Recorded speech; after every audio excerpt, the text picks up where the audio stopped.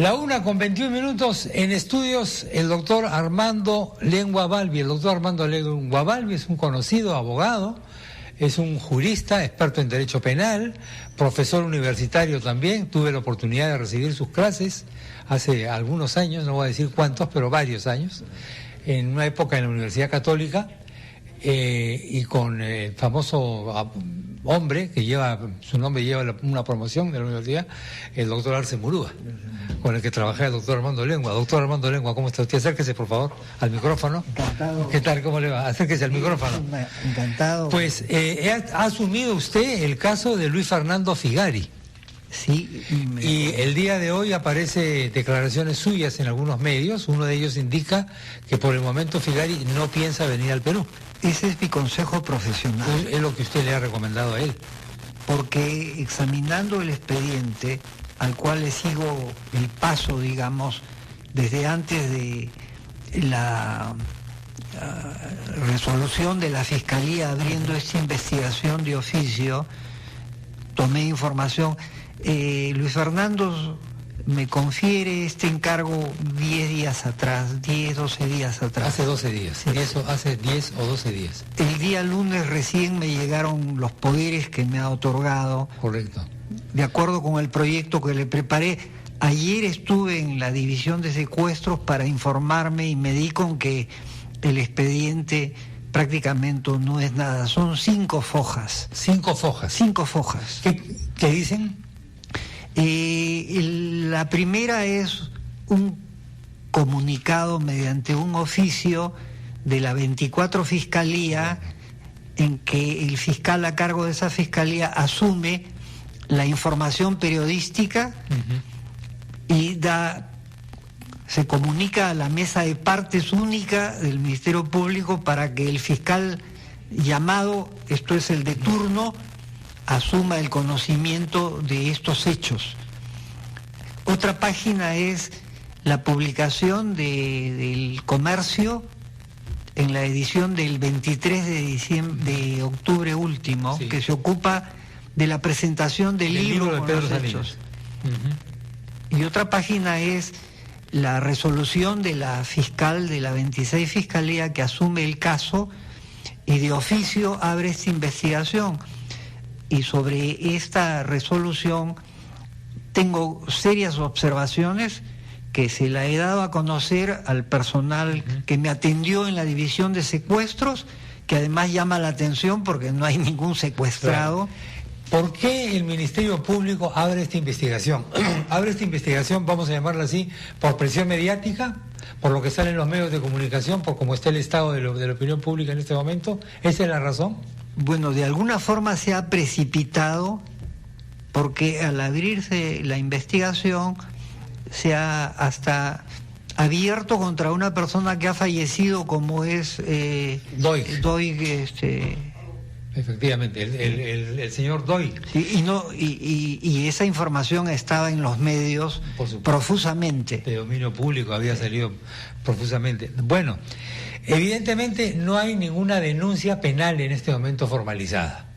No hay ninguna denuncia legal. Penal. No hay. Ninguna de las personas afectadas supuestamente por Figari u otras personas del movimiento ha hecho esa denuncia. Sí, solo hay la mención como agraviada a Rocío Figueroa, que entiendo ha dado ese paso en el Tribunal Eclesiástico. En el Tribunal Eclesiástico. Pero no hay hechos. En el derecho civil, no en el derecho. No en el orden penal. En el orden penal, sí, legal. Así es. Civil, digamos, no eclesiástico. Pero respecto de ninguno de los denunciados, hay hechos formalmente presentados con las circunstancias de tiempo, lugar, formas, etcétera, que son, digamos, requisitos esenciales para que se pueda comenzar a procesar una imputación. ¿Cuánto tiempo se puede tomar el Ministerio Público, si es que se lo toma y si es que llega a esa conclusión, para formalizar una acusación, doctor? Pueden ser muchos meses. No digo que esto suceda en el caso. Pero podría ser. Pero podría ser. De hecho, señalo que los 30 días no se va a hacer nada, porque la Fiscalía señala actuaciones, desde mi punto de vista, no en el orden recomendable, porque anticipa las declaraciones de los denunciados para los que ya se han hecho citaciones equivocadas. ¿Por qué equivocadas? Porque se cita a Luis Fernando Figari en una dirección en Lima cuando se sabe que está residiendo en Roma desde hace 4 años. Porque no sé cómo podrá citarse correctamente a quien reside, como se sabe, David Murguía en Estados Unidos desde hace muchos años. Correcto. Y no entiendo cómo se pueda concebir una notificación respecto de una persona que ha fallecido hace 4 años. Correcto. Para el cual es elemental en el conocimiento de que no hay acción penal, no hay investigación, no hay nada, no puede haber. Lo que tenemos en este momento es entonces un cúmulo de denuncias de carácter moral, por llamarlo de alguna manera, etcétera, que no tendrían por el momento un valor legal, pero que podrían tenerlo en algún momento. Podrían si esos denunciantes dan la cara, salen y firman un escrito o yo diría que no hay denuncias, porque lo que el periodista Pedro Salinas recoge, destaca en su publicación Mitad monjes, mitad soldados, son lo que señala testimonios de personas que las presenta con seudónimos, sin identificación alguna. Efectivamente. Ahora, técnicamente el testimonio no es lo que habría recibido el periodista Pedro Salinas, porque el testimonio, entendido sobre la materia que estamos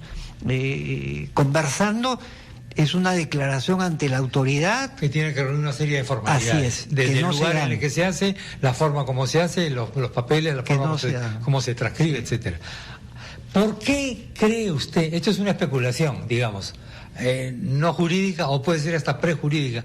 ¿Por qué cree usted que ha habido todas estas denuncias, tantas denuncias? Bueno, yo creo, en el caso del periodista... Denuncias todavía no legales, denuncias, vamos a llamarlas así, morales o... Sí, como se yo quiera. creo que en el caso del periodista Pedro Salinas, él venía realizando una investigación que llega a su fin y hace la publicación proyectada. Y causa un revuelo y golpea en el seno de la Iglesia, sin duda, porque claro, se viene a saber que en el seno de la Iglesia se había recibido una denuncia hace 4 años y no se había informado de nada. Y la explicación que da la autoridad eclesiástica es que no le competía y la remitió a Roma, y de Roma no se sabe absolutamente nada. Eso es lo que lleva, entiendo, a una presión inmensa en el seno de la Iglesia, y hoy día las instituciones de la Iglesia de alguna forma quieren marcar distancia. Bueno, ayer justamente comentábamos, el comunicado de la Conferencia Episcopal es muy fuerte, dice: compartimos la indignación y el estupor ante estos hechos que jamás debieron suceder. Rechazamos cualquier forma de abuso y maltrato. El abuso sexual es un execrable crimen que ofende gravemente a la víctima, a la sociedad, a la Iglesia y a Dios. La Iglesia ha manifestado con firmeza que, y aquí hay un punto importante, creo, me gustaría escuchar su comentario, sin perjuicio del foro interno o sacramental, siempre se siguen las prescripciones de las leyes civiles en lo referente a remitir los delitos a las legítimas autoridades. Esto no ha ocurrido. Esto no ha ocurrido.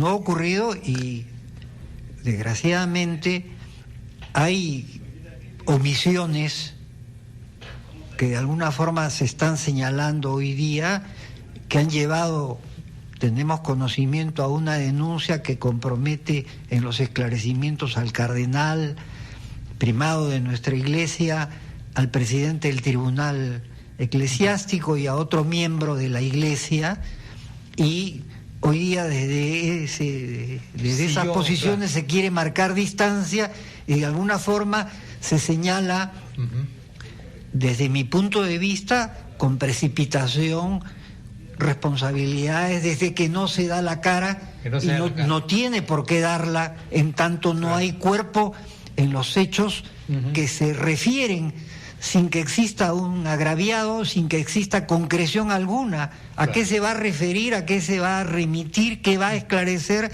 si no se conocen? Formalmente no se conocen. Si yo soy víctima de un abuso o supuesta víctima de un abuso dentro de una organización eclesial, dentro de la iglesia, y yo voy a una autoridad eclesiástica y denuncio esto, que constituye un delito civil, digamos, ¿esa autoridad tiene la obligación de ponerlo en conocimiento de las autoridades civiles? Bueno, la iglesia tiene sus códigos y tiene sus reglas. Es de sentido común que si los hechos tienen carácter delictivo, la iglesia asume lo que es de su competencia y debe dar conocimiento a la autoridad civil lo que es de competencia de la autoridad civil. Claro. Y si no y se el ha Ministerio Público. Cierto, a las autoridades competentes. Claro, en este caso sería eso es elemental. Claro. Eso es elemental. Si yo me entero aquí, saliendo acá de que se ha cometido un crimen, ¿qué pasa si yo no voy ante una autoridad a decir, tengo indicios muy fuertes de que se ha cometido un crimen? Así es, se corren los traslados inmediatos y si, como se ha destacado, hay quien ha hecho la denuncia y no se le ha informado de nada, ahí hay un error, una omisión. Sí, pues. ¿Por qué le recomienda usted a Figuerí que no venga? ¿Por qué? El cardenal ha dicho que tiene que dar la cara, en fin, etcétera.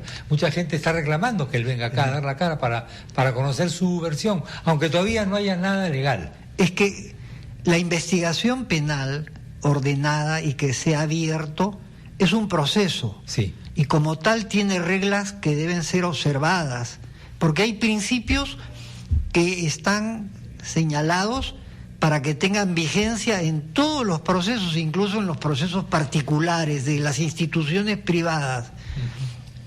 Dentro de estos principios fundamentales está lo que se llama el debido proceso, el respeto al derecho de defensa. Y en el caso, si se abre una investigación y no se tiene nada concreto, porque no se ha recopilado, no se ha reunido, no se ha obtenido, otra cosa es la publicación de esta obra del periodista Salinas, que no se ha incorporado al proceso, claro, no se tiene nada. Mi consejo como abogado no podía ser otro. Luis Fernando, tú no puedes venir, no debes venir. Yo te indicaré el momento. El momento preciso para que venga. Para terminar, doctor, por lo que usted lo conoce a él, porque no lo conoce de ahora, lo conoce de antes, ¿verdad? Desde antes. ¿Es inocente o no es inocente? Él me ha dicho que es inocente. Él ha dicho que es inocente. Me lo ha dicho. Es firme en eso. Muy firme, contrito, porque él está muy golpeado, muy abatido por esto, que yo le digo, esto es un linchamiento y tenemos que ver tu defensa con mucho cuidado. Pero me dice Juan Armando, yo soy inocente, rechazo estos señalamientos que no son acusaciones en la forma expresada, no son acusaciones ni son parte de una denuncia, porque no hay una denuncia. Si las autoridades, porque he leído, están llamando denuncia de oficio, es una mala denominación a lo que es un simple oficio. Y si hay una resolución que ha dispuesto actuaciones, no las ha dispuesto en el orden que permitan ser cumplidas en un plazo como el de 30 días señalado. Vamos a ver en los hechos que esos 30 días van a pasar y no se ha podido hacer nada. Doctor Lengua, gracias por haber estado en el programa, muy amable. Y gracias y por haberme permitido este reencuentro. Gracias. Por supuesto que sí. Muchas gracias. El doctor Juan Armando Lengua Balbi, abogado de Luis Fernando Figari, fundador del Sodalicio de Vida Cristiana. Con esto nos vamos rápidamente a la pausa y continuamos de inmediato.